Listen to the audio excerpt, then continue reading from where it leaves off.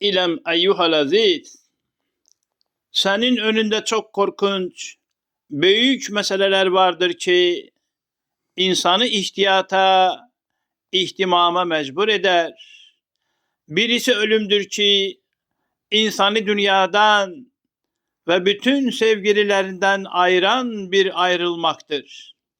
İkincisi dehşetli, korkulu, ebed memleketine yolculuktur.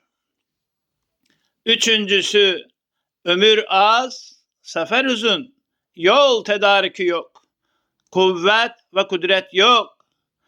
Aczi mutlak gibi elemlere maruz kalmaktır. Öyleyse bu gafletün isyan nedir? Deve kuşu gibi başını nisyan kumuna sokar. Gözüne gaflet gözünü takarsın ki Allah seni görmesin veya sen onu görmeyesin. Ne vakte kadar zailat-i faniyeye ihtimam ve bakiyeti daimeden tegafül edeceksin?